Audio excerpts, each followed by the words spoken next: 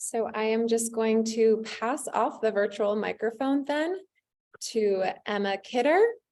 She is coming to us from AgeOptions, and this session is titled Working with Diverse Older Adults, the Title 3C 1.5 Meal Box Initiative. Take it away, Emma. Great, thanks so much. Hi, everyone. I'm delighted to be here at the Chicago Food Justice Summit today to talk about some of our innovative nutrition programs and working with diverse older adults. I'm Emma Kidder, a program coordinator at AgeOptions, and we are located in Oak Park, Illinois. AgeOptions is the area agency on aging for Suburban Cook County, and I'll get into a little bit about what a AAA means with some historical background here in a bit. Our mission states that AgeOptions innovates, partners, and advocates to improve systems and services in order to strengthen communities so people thrive as they age. And you can see that our vision and core values align nicely with our mission. So here's the little bit of historical background that I mentioned. Well, the Older Americans Act was passed in 1965, and that created the Administration on Aging and then also Area Agencies on Aging, or AAAs. Every location in the country is serviced by a AAA agency. The Older Americans Act provides funding for in-home and community services, and all persons 60 years of age and over are eligible for Older Americans Act programming. And these programs typically target those with the greatest social and economic need. So AgeOptions, like I mentioned, is the AAA. We are planning and service area number 13 in Illinois. And Suburban Cook County, for those who are unfamiliar, are all of the collar communities that surround the city of Chicago, just not including the city of Chicago itself. We have the second largest population of people over the age of 60 years old, and that includes over 570,000 individuals. Our service area includes over 30 townships and 130 municipalities. This is a brief snapshot from the American Community Survey, which spanned 2017 to 2021. So then there were over 593,000 older adults in Suburban Cook County, which made up a little less than a quarter of the total Suburban Cook population. And this is up from 17% in 2000. So as you can see, we're talking about a growing population. And in fiscal year 2022, so our most recent year, AgeOptions and our funded partners served over 177,000 individuals. This is a brief snapshot of our signature services, so to speak, and you can see the different funding streams that each of the programs are sort of funneled through. Today, we're really going to be focusing on the Title 3C nutrition programs.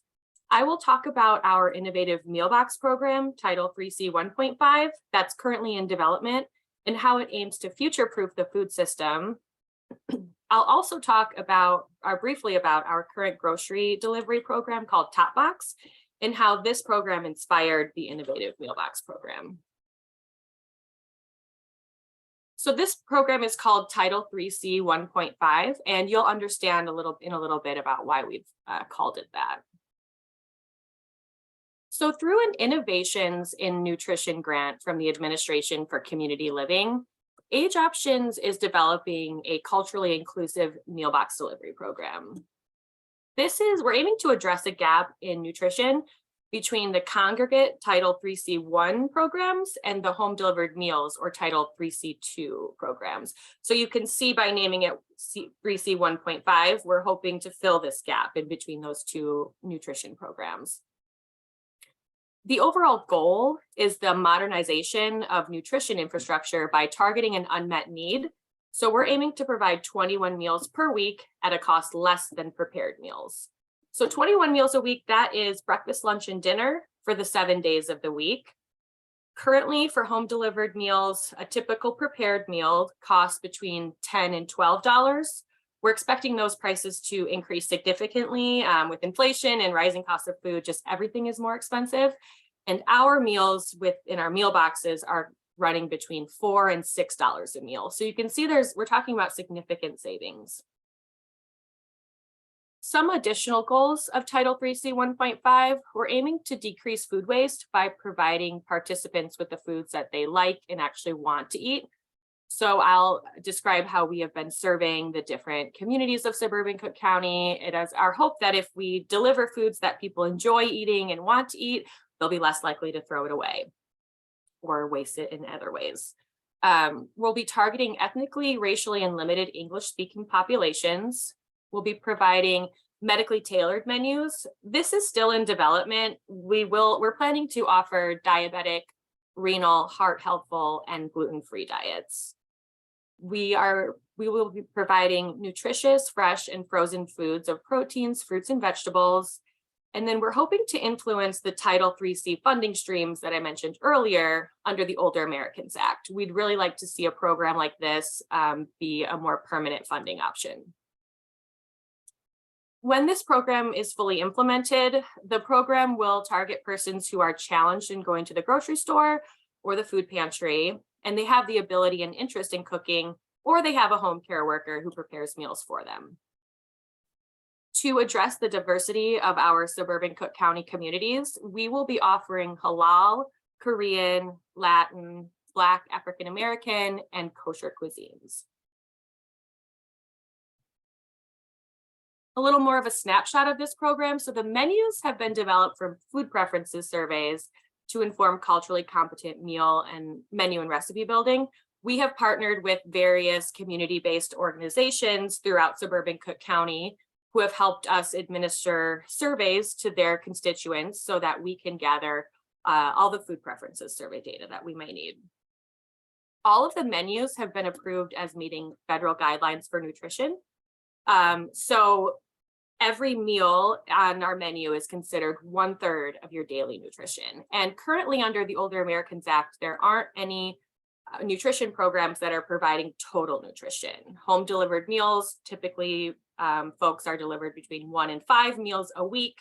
And then typically a Congregate site is 1 meal a day, Monday through Friday. So nowhere near meeting 21 meals a week. This program will consist of weekly deliveries of food for 21 meals for the participant or home care worker to prepare. And the meal box includes a menu to follow along with some selected recipes. We've really tried, we've been mindful to keep, so participants are cooking in bulk for themselves. We know that people don't really have the time or the desire to cook an intensive breakfast, lunch, and dinner for themselves. So the menu involves a lot of batch cooking. The cuisines, like I mentioned, include Latin, African American, kosher, halal, Korean, and then a general non-ethnic box. Our initiative includes a national advisory council, which is comprised of leaders and consumers across the US. We have representatives from Meals on Wheels America, Open Hand in San Francisco. We have partners in Texas who are on this advisory council, as well as local consumers. And they have been really instrumental in helping us decide the planning and direction of our program and help us focus our efforts better in that way. Every step of the way, we have looked at the data, read demographer reports, analyzed census data, and evaluated agency experiences. We have researched preferences through surveys of the populations of the array of ethnic communities. We've pilot tested the meal boxes with each of our ethnic communities. So each of the different cuisines that I've been listing out, each of those cuisines that we've ran a 2-week pilot program for all of those in the first year and a half of this program to demonstrate the different menus and so that we can tweak the program where appropriate. We are currently reevaluating the eligibility criteria by surveying our current constituents of our grocery delivery program. And implementation will occur in phases, including piloting the eligibility criteria. So the main message here is that every step of the way we have tested and retested at every opportunity. We really want to make sure that we're addressing all issues that come up and that we're asking the right questions and answering the right questions. Here are some sample questions from our food preferences survey. So on top of asking folks the question of, if you were to go to a grocery store with unlimited budget, what types of food would you like to buy for yourself? We also asked if they've ever been asked to follow a specific diet. We've asked how likely they are to try foods that are unfamiliar to them, who they prepare food for, and then also we asked which kind of global cuisines they typically enjoy eating. And we had the survey adapted appropriately for all of the communities that we were surveying, and this included having the surveys translated. Here you can see a food preference survey we had translated into Korean, and it's also been translated into Spanish and Arabic. And on top of the translation, we also adapted the surveys to make sure that we were asking about the right culturally competent foods. So we really wanted to make sure we were asking folks the right questions here. And these are examples from some of the analyses from our food preferences surveys. These were pulled from our report of surveys collected from Our Lady of Mount Carmel, which is a Catholic parish located in Melrose Park with the predominantly Mexican and Latin American members. And so you can see here, there's a strong preference, of course, for Mexican and Latin American foods. And there's also a preference for Italian foods and Chinese. So that's another important thing to notice, that our menus aren't just all homogenous. They kind of include a melting pot of different global cuisines, as reflected from our survey data. And then you can also see this is a group that kind of falls in the middle of somewhat likely to very likely to make new recipes. This is a sample menu from our African American pilot that we implemented this past fall. We worked with an agency called Sweet Potato Patch. They're a wonderful agency, and they provide fresh food deliveries and prepared meals as well. And they work beyond the scope of just older adults. They serve all members of the community. So they were really wonderful to work with. They have access, because of they're working with prepared meals. They had some access to foods that we didn't normally have access to, like prepared chicken salad, for example, or they were able to source some proteins that would typically be pricier, like, for example, shrimp, that our more typical vendor would have a harder time sourcing at an economical price because they order in bulk for their prepared meals. So some of these proteins will likely change when we are fully implementing.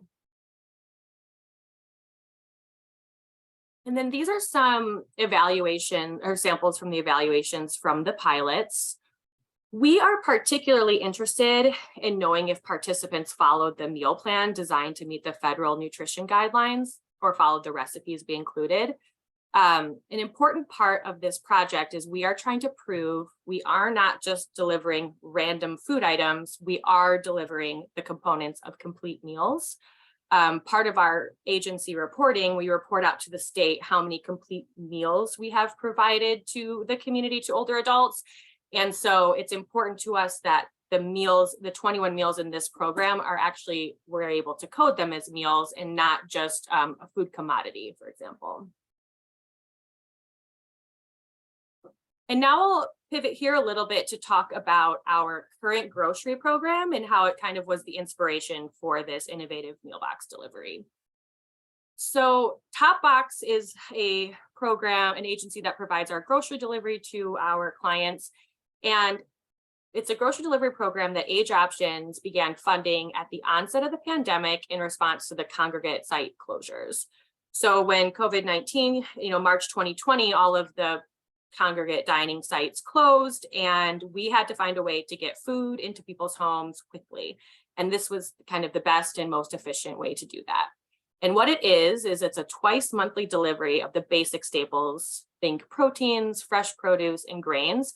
And while it's not all of the food that one would need to eat for an entire 2 weeks, it's a really good start of the basic staples to prepare 21 meals.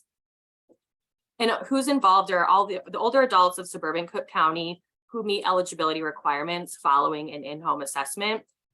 At the peak of this program, we served a little less than 600 individuals. Right now, we have somewhere around 450 individuals receiving this twice weekly grocery delivery. This highlights the differences between the two and how Topbox kind of inspired this Title 3C 1.5. You can see that they're both deliveries of fresh, frozen, and shelf-stable foods. However, Title 3C 1.5 is a complete improvement upon this Topbox program in that it provides total nutrition. So again, the foods to prepare those 21 meals a week. It's menu driven in that it includes all the components needed to prepare a meal. So for example, if a recipe calls for soy sauce will be delivered in the meal box as well. We're hoping that folks will be more likely and encouraged to eat all of the nutritious foods that they're provided with if they have all of the components to prepare them well. The Title 3C 1.5 boxes fulfill the dairy component for the nutrition requirements. Again, Topbox was not delivering any of the dairy component.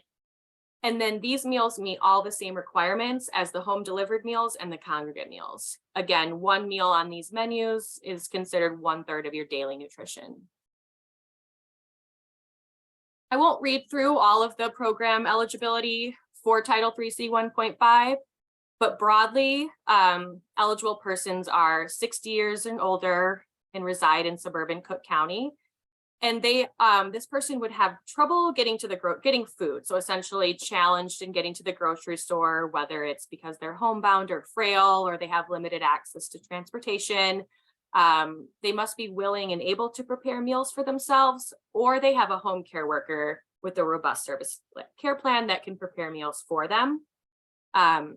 One of our pilot programs, when we implemented our Korean pilot program, it was actually with the home care clients. And so it was a group of 30 home care clients whose home care workers prepared the meals. And they were actually very grateful for this program because it was just one less thing the home care worker had to plan for, or it was taking the grocery shopping off their list was also helpful. So it's very appreciated with the home care workers. And our next, I'll talk about our implementation plans. So I think I forgot to mention, but this grant is a 3-year grant. We're currently in the 3rd year. The first 2 years were devoted largely to planning and pilot testing and doing all of that groundwork research. And our 3rd year is the implementation year. So beginning in March, so next month, Title 3C 1.5 will be offered in 2 geographic areas in Suburban Cook County through our care coordination partners. That will be in the northern suburbs and the southwest suburbs. We will be offering African American, Latin, and non-ethnic cuisines, so participants will be able to choose which cuisine they'll be receiving in their meal box. And then we are exploring 2 implementation models for this. The first involves all invoice reconciliation and back-end logistics will be performed by AgeOptions, essentially me. And then in the second model, our care coordination unit partner will handle the bulk of the back-end logistics and invoice reconciliation. And this is for a couple reasons. The first is so that we can compare the 2 models and see which is more efficient for moving forward. And then also with this grant, we've been tasked with creating a toolkit for replication so that another organization could theoretically replicate this whole program within their community. And so a big part of that is having a solid understanding of kind of all of the logistics and that go into building a program like this so that we can accurately guide anybody who chooses to replicate it. And then also in March, we will be offering kosher meal boxes once we have those delivery logistics in place. For those who aren't as familiar, with kosher, not only is it very important where the food is sourced from and how it's packed, it's also very important where it's packed, what foods are packed together, how the foods are delivered. And it's really important to us that we maintain the integrity of our kosher meal boxes. So we're working with a separate company to make sure that all the kosher foods are still kosher. And then following March, we will evaluate those 2 implementation models that I just spoke about before we proceed with expansion. We will be expanding the program to include more geographic regions and more care coordination unit partners. We'll begin to offer Korean and halal cuisines. And then we will also be offering the medically tailored options for all the cuisines. Our dietitian is working now to modify those menus for medically tailored options. And that's all I have for everyone today. I'm happy to answer any questions or address any comments if there's any. Awesome. Thank you so much, Emma. I really appreciate that. That was a very, very thoughtful and put together presentation. Thank you. Thank you. There was a couple questions that I just have seen in the chat, but folks who are participating and watching, please feel free to add more. One at the beginning. So Daisy Gabrielle asked, does the grocery delivery option offer client choice? That's a great question. It currently doesn't. We worked with Topbox to, our dietitian reviews what the items will be, and then we work with them to have a set price for the box.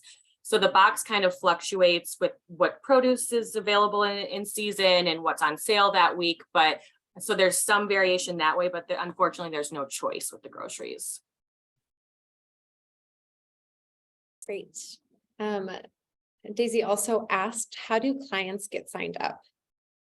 It's a great question. So in Illinois, for all Older Americans Act programs, folks are referred to the programs through care coordination units. They're kind of the central entry for anybody needing home and community-based services through Older Americans Act funding. And so, and these are community-based organizations around the city and the suburbs. And so folks will somehow land in their offices, either through outreach or other efforts. And then they get a full in-home assessment they're not only assessing for nutrition risk, but for all other risk factors. And then they'll be referred to appropriate programs. Awesome. Jesse Paul asked a little bit ago, so are deliveries twice monthly or are they weekly? The current grocery program, the Top Box program, that is every other week, so twice monthly. And then the meal box, the program that we're designing right now, Title 3C 1.5, will be weekly. We tried to do 2 weeks in one of our pilot program, and it was way too much food. People didn't have the storage space for the dairy and the proteins. Awesome. Thank you for clarifying that. I appreciate it. And then this follow-up question in terms of how do folks get signed up? Daisy's asking, is there a list of these referral sites or is there a resource you can maybe share in the chat or? Yeah, so at our AgeOptions website, ageoptions.org, you can find a list of all of our service providers, which will have the care coordination units listed there. And then there's also, you can go to like find services in your neighborhood. And when you type in your address or your neighborhood zip code, it'll list the care coordination unit there that serves your neighborhood. Awesome. Are there any other questions from folks participating? Yeah, here we have Dominique Matthews. So how many customer food preferences surveys did you collect to help tailor these menus? That's a great question. For the general, I believe we had about 100 responses. For the Latin survey, we had about 100, or no, there was about 200 responses. Black African American, I think that was about 75 responses. Korean was a little bit smaller population, like we didn't have as big of a sample size. I think we're looking at about 30 responses. And same for kosher and halal had about 100 responses as well. We have another question. So do you know what could have caused the dip in the number of people that have been served? So I can't speak to that directly. That's kind of out of the wheelhouse of my job, but I know that's kind of been the trend in the Aging Network right now because of the pandemic. A lot of the programming had to shift to virtual programming over the past 2 years, and we lost a lot of engagement that way, but we're starting to see those numbers increase again as people are able to join more in-person programming. Great. All right, and Jesse Paul's asking, how big was the data collection and coding team? And now how big is the implementation team? the data collection and coding team was one person, me. And in the beginning, we were coding all of our responses into an Excel sheet and then sending that. We have a contracted data specialist. But then about halfway through, we made a digital copy of our survey in SurveyMonkey. And now we've been just inputting all of our returned surveys through SurveyMonkey, which then spits out a really nice data analysis for our data specialists to put into SPSS. So that's really sped up the process. And our implementation team, it's myself and my supervisor on the development and all of the partnering aspects, but it's hard to put a number on how many of us there are. We work with so many great external partners. And then we also have an entire grants department at our agency that helps managing that aspect. Like the reporting aspect, I should say, of the meals into the state. So we have another question, Dominique Matthews. So how do you evaluate the data, i.e. what tools do you use, and how does this inform the research as you move forward? We use like SurveyMonkey, like I said, to get the initial surveys coded, and then we use SPSS. Our data specialist compiles a really nice report about, like I mentioned, the food preferences surveys. That's how we designed all of the menus. So we asked folks what kind of breads they like to eat, what kind of grains and vegetables. And so we use that general consensus to build our menus. And then with the pilot program data that we're collecting, that's really helped us tailor. We've asked people, are we asking you to cook too much? Are the recipes easy to follow? And then they've raised really good questions internally with us. So if people respond, yes, I ate all the food that was delivered, but I didn't follow the meal plan, I used the food in my own way. Is that still, for our purposes, do we still consider that following the meal plan? Because technically they ate all the food that was delivered, so they got their nutritional requirements. So that, I guess to answer your question, that data, how it's informing the research, we're still figuring that part out. Awesome. Well, I'll give folks some time to maybe ask any lingering questions, but I just wanted to shout out, that was a really great, these have been really thoughtful questions. I really appreciate everyone participating in this. Shout out our Spanish translators as well as our ASL interpreters who have been doing a great job throughout this presentation as well. So Emma, do you have any kind of last closing remarks or any questions you have for participants who are watching the session, or? No, I'm just so happy to be here. I'll give a brief shout out. I asked my dad to come watch today, so he's in the audience today. I'd like to thank him for coming. And again, thanks to all the interpreters too, and you all for putting on this great summit this year. Thank you so much, Emma. I really appreciate it. And everyone who's been participating, again, big shout out. Thank you. I do have a quick poll I would love for participants to be able to just take a look at. And if there's any questions, you can of course connect with Emma or anyone on the CIFPAC Justice Summit website platform as well.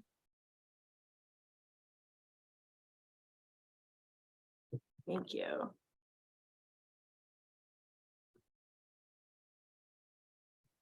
Yeah, and the poll should only take, less than 2 minutes. So thank you all so much. Appreciate it.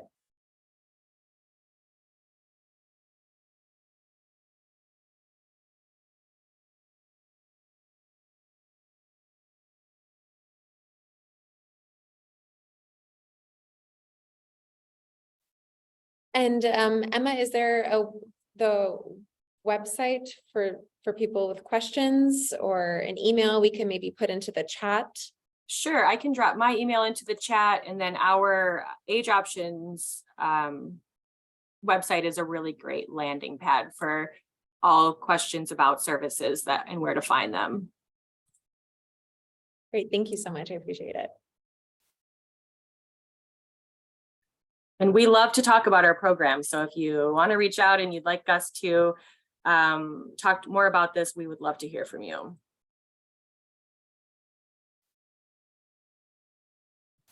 Awesome.